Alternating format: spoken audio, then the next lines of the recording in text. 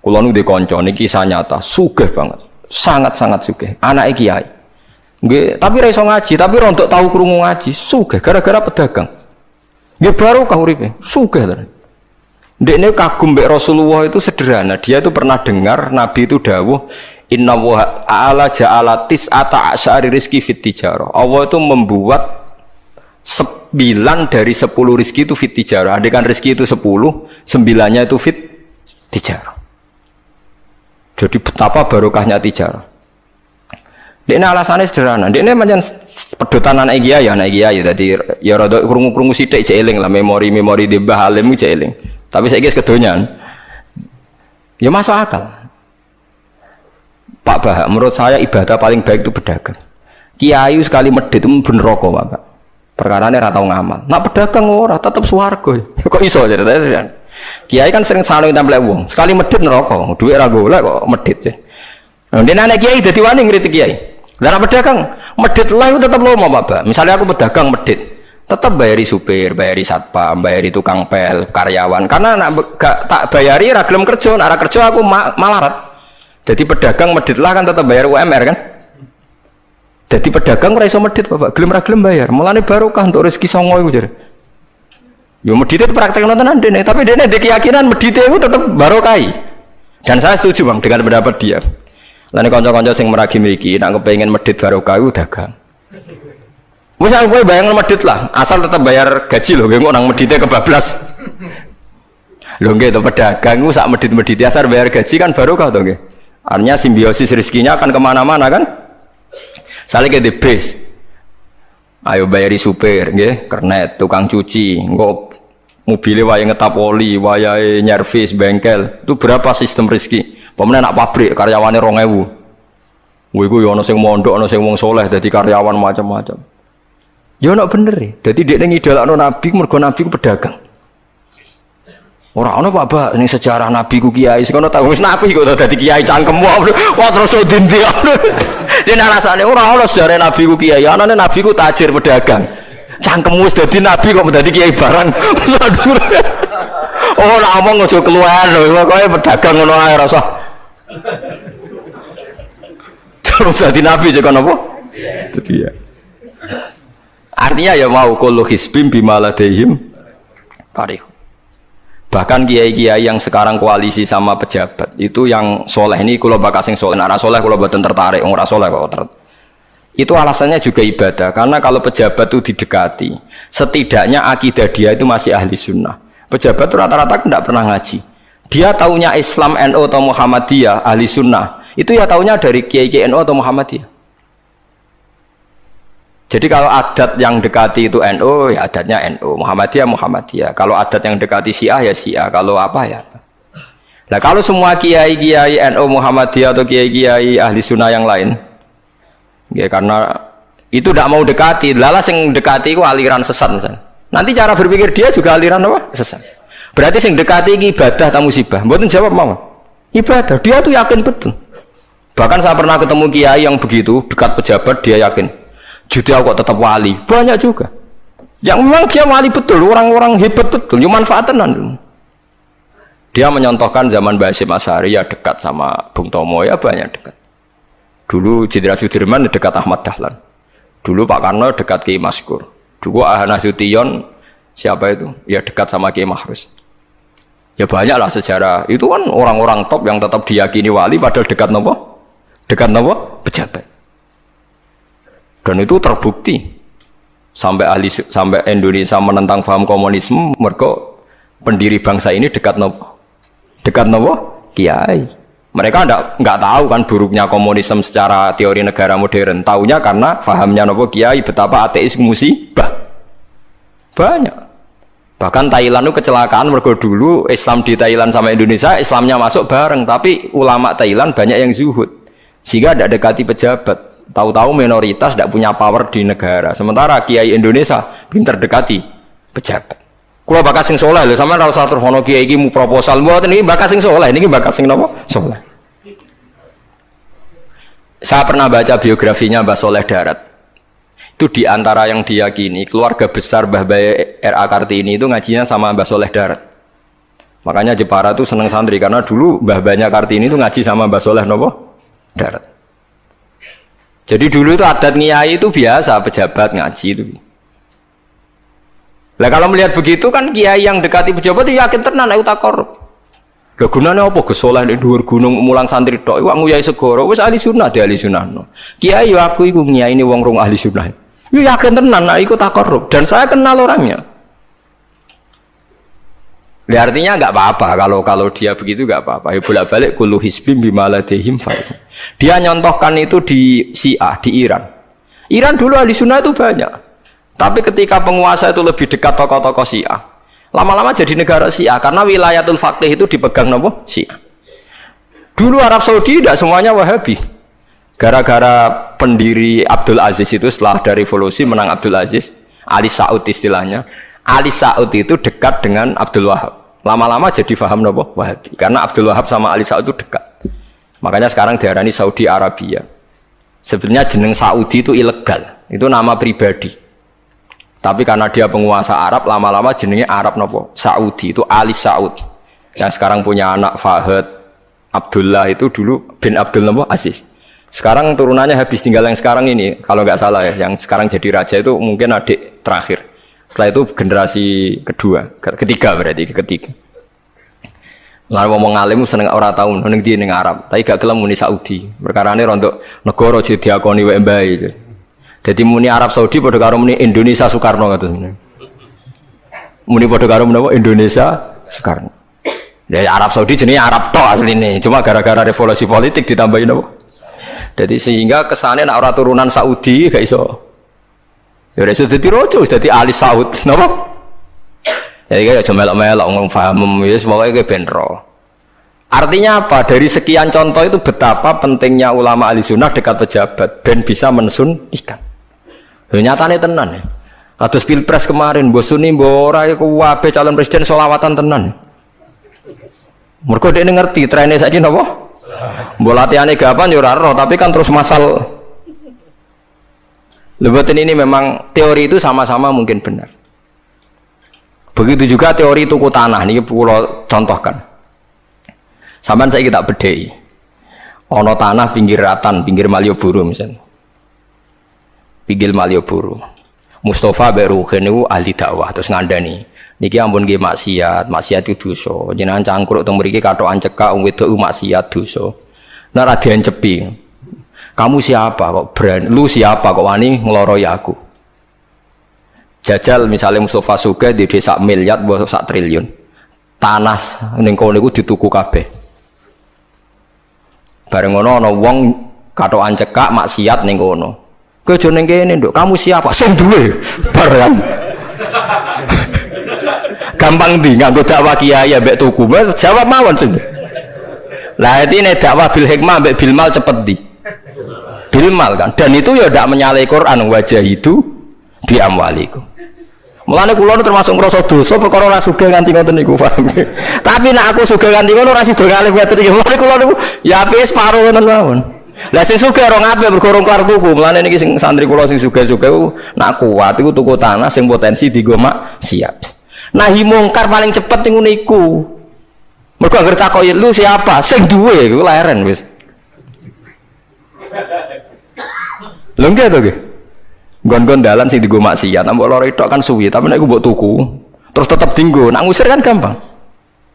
Lu siapa kok ngusir sing duwe? Gampang ndi? Ha mulane mulai dhisik agama ora iso ninggal wong sugih. Bilal iku melarat. Dadine wali mergo melarat sabar ning tauhid. Tapi sing nyelametno donyane Abu Bakar. Dadi pancen mlakoni agama iku kombinasi melarat ambek sugih. Mulane sing melarat ora usah ndonga sugih perkara niku kombinasi wae. Tapi nek wis bosen banget yo oleh lah maksudnya ge. Nah donga ngeten apa rek Gusti contoh melarat mboten kula nggih mun wonten lho Gusti. Kadosnya ndak mendesak harus saya, ndak mendesak harus apa? Saya. Kita kula mun suwi yo Gusti dadi contoh mun apa? Paham ya, terus nahi mungkar niku nggih wonten istihate dadi.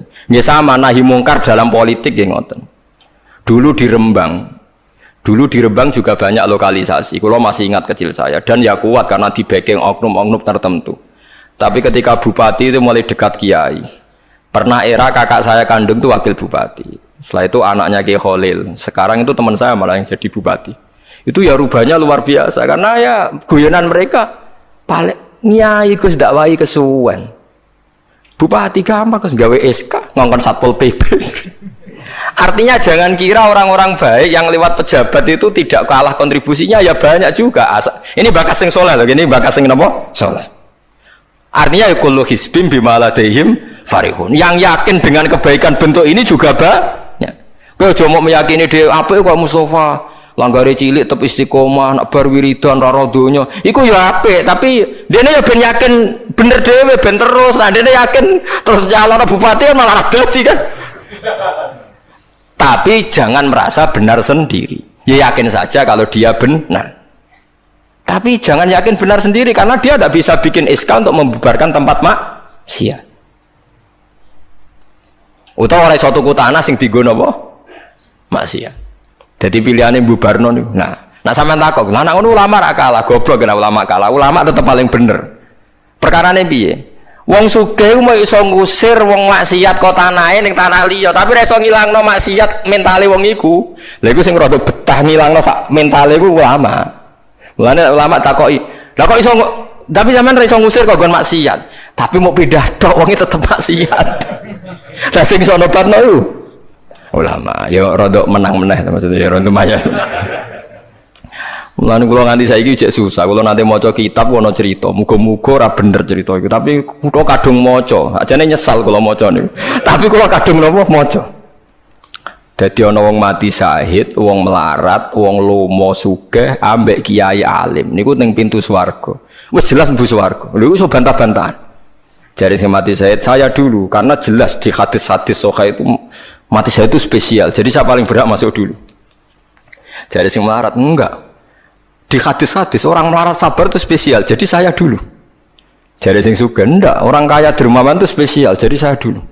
Ulamae menengae roh wong telu goblok bantah-bantahan ulama yang menang aja bareng menang aja ulama yang jangan ulama kan dia menang udah lah ya bingung karena ulama kan banyak pertimbangan sing marahi ku udah kabeh akhirnya Allah ngutus Jibril ya Jibril beri keputusan sama mereka ya Jibril kan malaikat paling terpelajar ya. Jibril takok hei kira sabar kowe kok ora kira sabar mlebu swarga jari sapa jarine ulama aja disi gurum ya nggih sepakat berarti satu sepakat sugih dermawan kowe kok roh nak ngono iku apik jare sapa nggih jare kiai aja disi gurumu berarti dua sepakat paham nggih mati syahid kowe kok roh nak syahid ganjarane gede kata Pak ulama aja disi gurumu tiga orang ini sudah ikhlas ulamanya dulu karena tiga orang tahu itu dari apa ulama ya berarti sepakat kan ulamanya dulu ya Jibril kita sepakat ulamanya sira gelem masalah sing mondokno kula niku gitu-gitu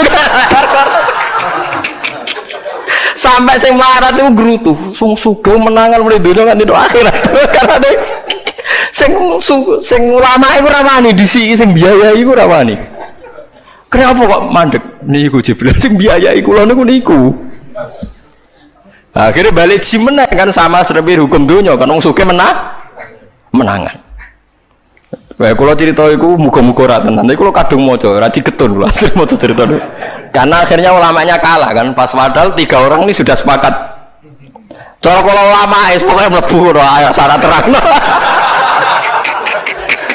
artinya terus mlebu ora usah nerangno wong sing biayai yo mesti swarga ya to nggih mau urutan-urutan ngono ora terus mlebu neraka kan ya mboten mau urutan mawon kok gegere. Tapi lewat ngaji ini Anda menjadi tahu. Jadi yang biasa toreko, biasa wiridan, jangan menafikan orang-orang soleh yang mungkin meyakini ada efektivitas pakai kekuatan politik dan harta. Paham ya? Nyatanya ya iya. Misalnya tanah-tanah sing potensi nggo maksiat, sampean tuku ya nggak mungkin nggo maksiat. Kulo aja eling. Kulo nu gak ada guru kulo nu kathah. Di antaranya saya punya guru punya tanah luas di perbatasan, luas sekali. Itu zaman itu mau dibeli Cina itu 2 miliar. Yang zaman itu harga rata-rata sekitar 700 juta. Mau dibeli 2 miliar. Itu beliau tidak boleh bilang sama saya, Nak nganti dituku Cina, perbatasan, nak dienggo lonte dosaku rak nganti mati. Wes melarat-larat bakal takdol. Jadi banyak juga orang yang meyakini adol tanah ning wong sing potensi dienggo maksiat itu dosa gede. Nah, suatu saat ini kejadian lagi dan beda lagi. Ini ya guru saya tapi beda lagi. Ada orang punya tanah yang potensinya itu hanya 100 juta karena yang beli Cina dijual 200 juta. Satu keluarga haji semua. Dipakai haji. Itu semua keluarga kiai ini tidak ada yang datang. Kowe iku atuk ora kaji, timbang kaji tanam mbok dol Cina sing potensi dienggo maksiat. Tangisan deh. Dibatal ora iso. Artinya banyak juga orang yang punya strategi sampai begitu, nganggep begitu itu jihad, menguasai tanah itu apa? Jihad. Karena dengan kita kuasai untuk sujud ya kita, yang taat ya kita, mengendalikan untuk apa juga kita. Oke, dengan kita punya kan mengendalikannya ya kita, untuk apa ya kita. Dengan tidak punya, ya tidak kita kan. Nah, nanti cerita kan terus wong melarat ke atas kulo rugen kan musibah tenan. Wong kulo yo ora tau duwe akeh. Tapi masalah kulo rapati nyesal. Misalnya kulo niku kan terus lewat jalur ulama. Sing nyesal kan rugen. Jalur apa terus? Wiridan kan, wiridan ra kuat suwe kodo kulo. Kulo dijajahi toriko ora tau tak lakoni Gus. Kulo nak wiridan mboten apa betah. Terus jalur apa? Kira sabar mau kan. Lah iku kudu ikhlas kalah meneh ning swarga, paham ya? Mergo kok kiyaine ya dhisena sapa? Wong sugih. Tapi cerita iku ya aku ya ora percaya, tapi masuk akal. Kulo niku ya wah. Sampeyan percaya gak? Ibu ora roh mawon niku terus kulo ibu ora roh. Jadi niki ngaji penting nggih ben mboten falatusyaku anfusakum. Wong ora usah sok suci.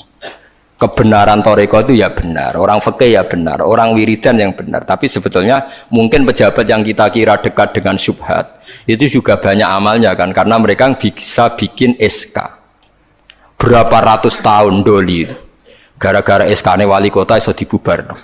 Sama tak ceritani, anaknya Yusuf Qaradawi yang terkenal ngarang fiqh zakat itu akrab sama Sutioso. Saya dulu itu ikut proses menerjemah fiqh zakat. Memang saya ada orang politik juga enggak orang kaya, tapi saya ikut proses. Hanya saya di antara tim yang ikut menerjemah. Itu gara-gara dekat kiai itu Sutioso memutuskan Kramat Tungkak. Itu dulu kan tempat prostitusi terbesar juga. Sekarang dirubah jadi Islamic apa? Center. Itu baru kayak kiai tak pejabat. Pejabat karena pejabat yang punya SK. Tapi fungsi ini kiai mbok ilangno, pejabat roh pentingnya ngono iku dikandani kiai. Lah sirang mlebu kan rugen tok kan berarti jalurnya karena mulane kene kudu tunduk be aku. Ini kan masalahnya kok ning akhirat ya tetep kalah ya harus saiki persiapan paham ya. Ya persiapan bu swarga wae tapi ora usah nomor apa? Ora ngomong Arab. Jadi kurang contohnya Kramat Tungkak itu yang bisa memusnahkan itu ya dulu ketika Sutioso gubernur dan dia dekat sama anaknya Yusuf Qaradawi terus punya fiqh zakat. Lama-lama fiqh zakat jadi tren. Sampai di Jakarta ada Basnas, ada rumah zakat. Sekarang di Jogja ada Lazis, ada macam-macam. Barokah trennya figus. Dulu zakat itu enggak jadi kebutuhan, tapi setelah jadi tren, saya ingin orang zakat itu izin. Banyak pegawai-pegawai itu yang enggak sholat tapi zakat. Jadi takoi kenapa? Tren Pak Ba izin. Jadi kesannya kok antisosial. Jadi kesannya anti apa? Mulane kula kadang nggih. Makanya bapak dulu. Bapak itu anak pertama itu disekolahkan, ya sempat jadi pejabat. Nah itu sirinya kenapa Mbah Hasyim Asari Salim itu Gus Wahid kan belajar bahasa Belanda mbak Inggris. Walau-walau zaman Gus Wahid jadi menteri agama. Andai kan Gus Wahid tidak menteri agama, mungkin cara berislam Indonesia tidak sunni. Karena Gus Wahid pertama jadi menteri terus jadi ahli sunnah. Lama-lama sekarang jadi tren menteri agama Indonesia harus ahli sunnah. Nah gak ya ora pantes. Mung disi-disi ya wis napa? Ahli sunnah. Ulah tapi kadang santri fanatik, tapi Gus Wahid seralim koyo abai. Lah kita orang fanatik repot kan nggak ngakui kebenaran dengan bentuk lain. Khawarit tuh jenenge apa? Khawarit. Jadi saniki ngaji kita kudu sadar kullu hisbim bima ladaihim farihun. Dan niku dicap elek nak wong ngrasa bener dhewe. Sing apik fala tuzakku anfusakum huwa a'lamu bimanit taqwa. Kalau aku cek eling diceritani ada kiai alim, ini kisah nyata, alim banget. Kalau mawon ngakoni nak dene wong alim, ya alim banget. Tapi wong alim lah, aku nak rapati di duit, aku duit sandal anyar, gue eling. Aku salah ya, wong alim rapati duit. Dekne salat ning masjid pinggiratan, masjid umum. Gurine ku ana wong rambutnya gondrong tatonan. Name nututi dekne curiga sadale didelekno. Bareng ngono jebule wong tatonan nututi kabeh makmum. Lha ape yo sepuro isin. Ora aja sepuro tau sunat. Lah repot to ngadepi ngoten. Cara alamat lahir ku preman. Jebule nututine niat ape? Makmum. Kubut tuh lepol dekne ndelekno sandal. Piye ku carane istighfar? Ayo repot to ngadepi. Lho lah iya jangan kira sampean tak ceritani. Islam sing ijek preman ning dalan-dalan. Saiki wong Kristen gawe gereja iku wedi kiai apa wedi wong Islam preman? Wis jawab jujur. Wedi Islam preman, kok nak kiai ra ngarah piye-piye, cara mangkel lo iku prosedur. Tapi ngadepi Islam preman. Dobong. Lah ya mesti kadang itu ada fungsi yang kita pun tidak bisa menggantikan fungsi mereka. Meskipun kita tidak pernah membolehkan anarkisme, tapi selalu ada kebaikan yang kita orang baik pun kadang tidak bisa. Kiai sing penggaweane itikaf ning masjid.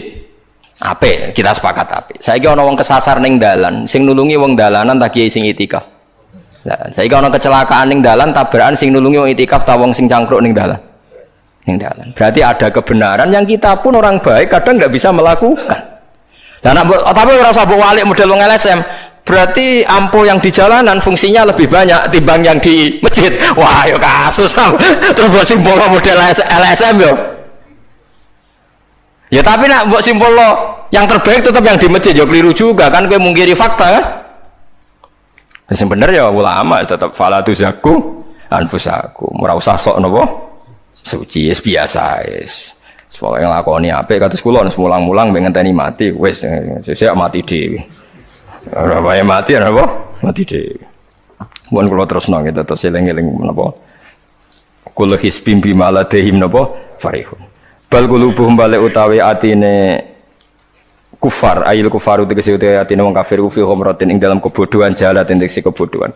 Min hadza sange ikilah Quran. Wong kafir ku blas gak gelem memahami Quran. Walahum lan tetep kedue kafir amal rute ana kelakuan min duni dalika kang ora kelakuan sing koyok dilakoni wong mukmin. Jadi wong kafir wis ora paham Quran duwe kelakuan sing elek sing ora padha mek sing dilakoni wong mukmin. Ilmat kuri kang disebut mukminina kedhe pira-pira mukmin. Hum kang te kufar lah maring amal wa amiluna iku nglakoni kabeh. Fa yu'adzabuna mongko den siksa sapa kufar alaiha ing atase amal.